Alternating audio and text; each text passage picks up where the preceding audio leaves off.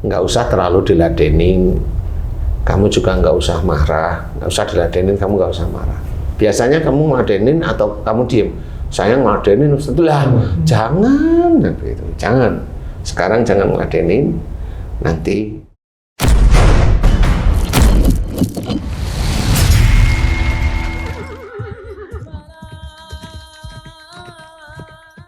Bismillahirrahmanirrahim. Assalamualaikum warahmatullahi wabarakatuh. Waalaikumsalam warahmatullahi wabarakatuh. Para pemirsa dan sahabat beriman dimanapun berada, kita jumpa lagi di Ustadz Danu Official Channel. Semoga kita selalu dalam lindungan Allah Subhanahu wa Ta'ala. Amin ya Rabbal Alamin.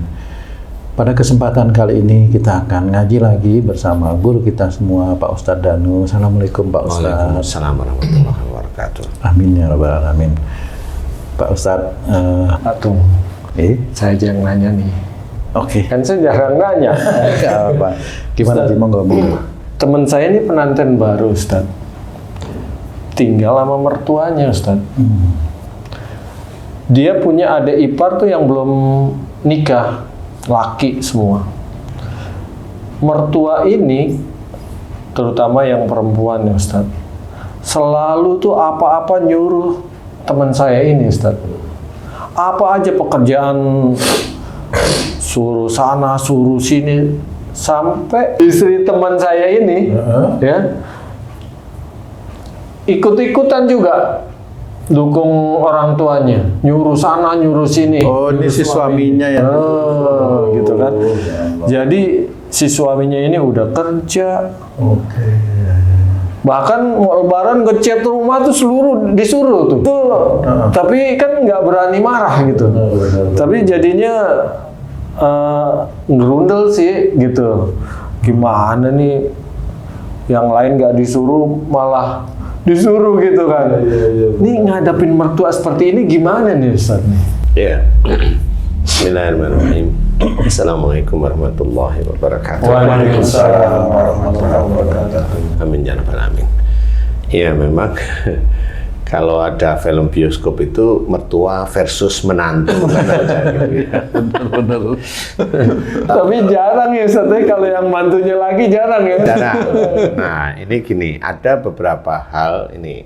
Sebenarnya kalau ini kita melihat nyantai biasa, biasanya saya akan menjawab ladenin aja mertua.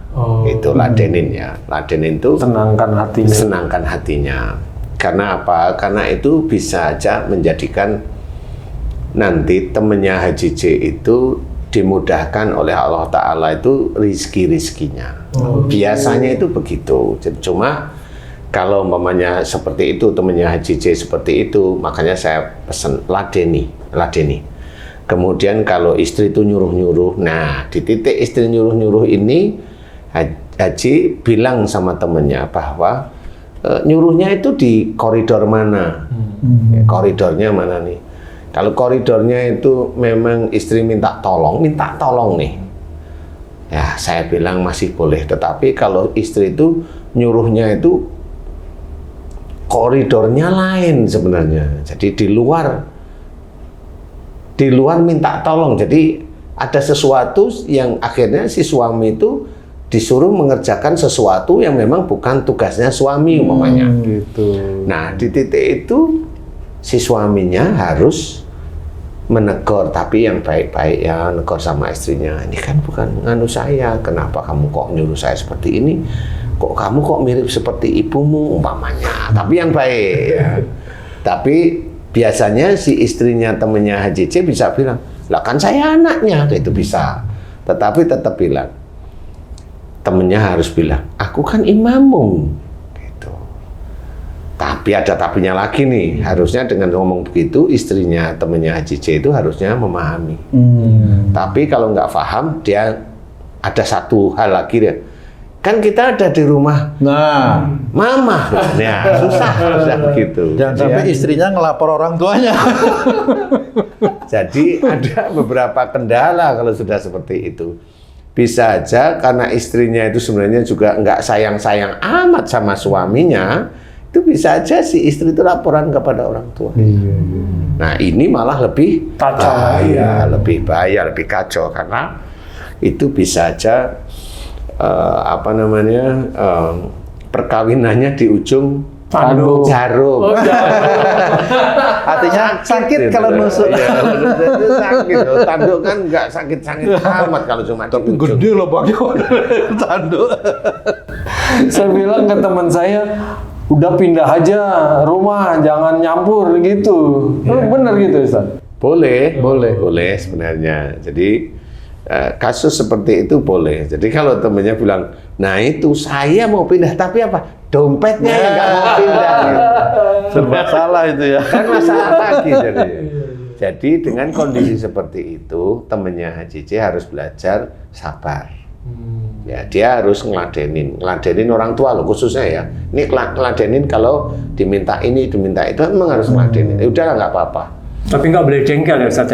Belajar untuk tidak jengkel, karena Allah itu tetap tahu dia jengkel apa enggak, itu kan tahu. Dia ngejalanin tapi dia jengkel, berarti nggak ikhlas.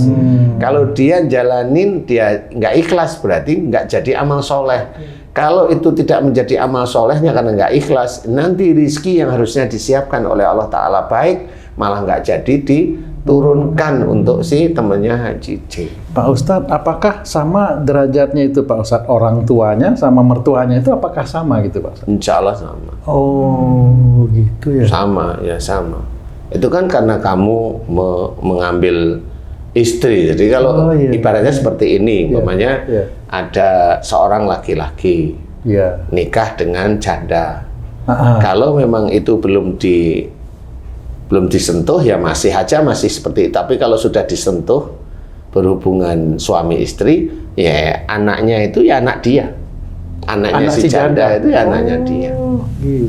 Kalau udah dicerai istri, apakah mertua itu masih tetap mertua Ustaz? Ya enggak. Oh, sudah cerai mertua namanya. Ya itu namanya mantan mertua. Mantan ex seperti itu. Beda lagi urusan ininya Ustaz ya, sama orang tua beda ya. Nggak usah Ya ladenin gitu. beda. Itu mantan mertua, benar. Cuma ya walaupun mantan tetap hormat lah kalau beliau lebih tua, kan seperti itu. Tapi kalau dengan istri, mantan istri, ya hormat aja biasa. Hormat biasa maksudnya ya sudah. Tapi kalau memang takut ya sudah selesai aja gitu. Takut itu banyak hal kan.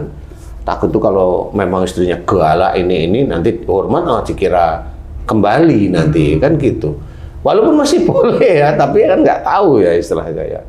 Nah di titik itu kita harus benar-benar memahami bahwa belajar untuk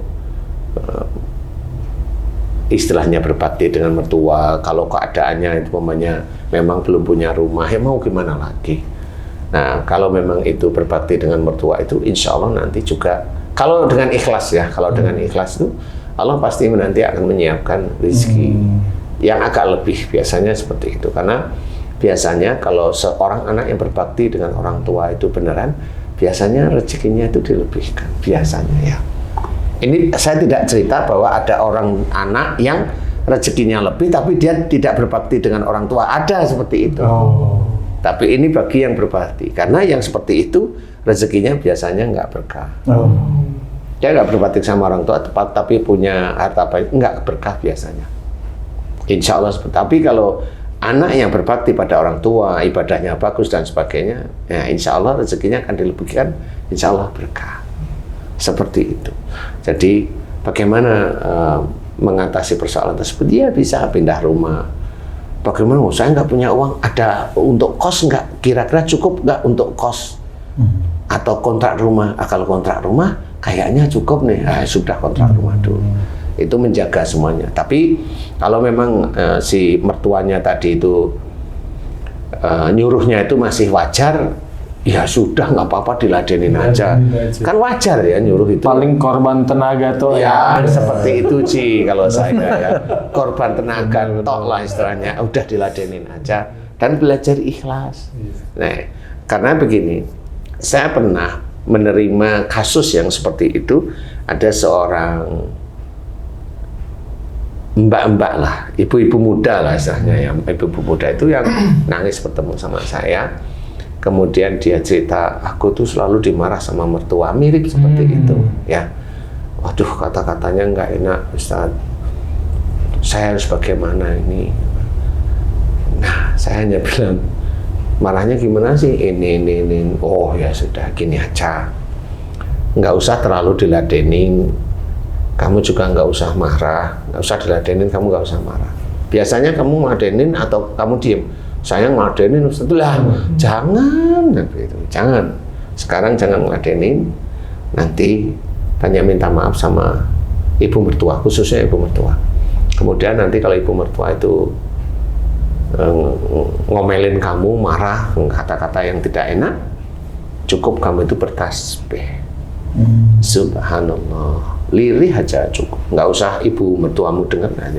Kamu nundukkan kepala, ibu mertuamu marah sama kamu, dengerin sambil kamu bertasbih. Subhanallah, seperti itu. Subhanallah, cukup. Dengerin ibu mertuamu, kamu sambil bertasbih. Dah. Dan beberapa kasus yang seperti itu saya suruh beliau-beliau itu seperti itu, bertasbih aja, sudah nggak usah dibalas. Kemudian dari hasil seperti itu ketahuan berapa tahun kemudian ketemu lagi itu ibu-ibu itu, tapi ketemu sama saya itu lucu, beberapa tahun ya lucu. Ustaz, boleh nggak saya minta tolong sama Ustaz? Minta tolong apa? Ini sebenarnya saya masih ingat. Ustaz masih kenal saya? Masih. Ingat saya? Ingat. Nah, gitu. Nah, pada waktu itu sudah, terus dia bilang, boleh nggak saya minta apa? Boleh nggak saya minta ibu mertua saya marah lagi dengan saya? Loh, nah gimana ceritanya? Akhirnya dia cerita. Intinya pada waktu dia ketemu sama saya itu, kemudian dia minta maaf sama ibu mertuanya. Nah, nggak taunya ibu mertuanya itu malah menjadi marah sama dia. Tapi di waktu-waktu itu ada yang lucu. Yang dulunya dia itu jarang ada proyek. Dia itu pada waktu habis dimarah-marah sama ibu mertuanya itu, dia punya proyek itu 3 waktu itu. Insya Allah kalau nggak saya nggak salah. Dia punya proyek 3. Nah, habis itu ibu mertuanya masih marah-marah. Tahun berikutnya ada proyek 5. Jadi dia supaya nambah proyeknya minta dimarahin. Nah, habis proyek yang kelima itu, ibu mertuanya jarang marah. Proyeknya kurangin. Karena dikasih. Disitulah saya ketawa. Kamu itu loh, bu, gitu. Jadi saya cerita, memang biasanya kalau kamu itu ikhlas, ya Allah akan menambah rizki dalam bentuk harta. Hampir banyak kasus itu seperti itu. Jadi Allah itu mau memberikan hartanya kepada ibu itu lewat dimarahin ibu mertua. Dan hampir semuanya begitu saya ngomong. Jadi kalau orang tua itu marah kepada siapapun anaknya, terima aja ikhlas. Itu sebenarnya khusus buat mertua sama orang tua nggak saat itu? Orang tua sama. Jadi itu tanda Allah itu mau memberikan harta kepada kamu. Kalau lulus kan gitu ya. Seperti itu. Jadi tanda, karena hampir semua orang yang kasusnya mirip seperti itu memang ujung-ujungnya memang dia akan diberi rizki dalam bentuk harta oleh Allah Ta'ala. Dan itu saya mengenal benar. Jadi hafal lah. Makanya kalau ada orang yang dengan orang tua itu masih kesana kemari masih ngelawan, udahlah rezekinya itu nggak bagus kalau saya gitu, seperti itu. Nah itu harus belajar pahami. Karena namanya anak itu wajib berbakti kepada orang tua itu seperti itu. Salah satu yang saya sering melihat ya, itu begitu. Jadi kalau dimarahin sama orang tua, udah tundukkan kepala, bertasbih, santai aja. Selain orang tua, mertua, siapa lagi tuh Ustaz? 2 itu apa? Ada yang lain? Guru misalnya? Guru bisa, tetapi walau alam ya. Kita minta dimarahin Ustaz. Tak kira mau dimarahin. guru kuliah. Orang yang menyusui juga ya. Kalau yang ibu yang menyusuin itu maksudnya ibu yang menyusuin kita. Itu maksudnya haji tadi gitu.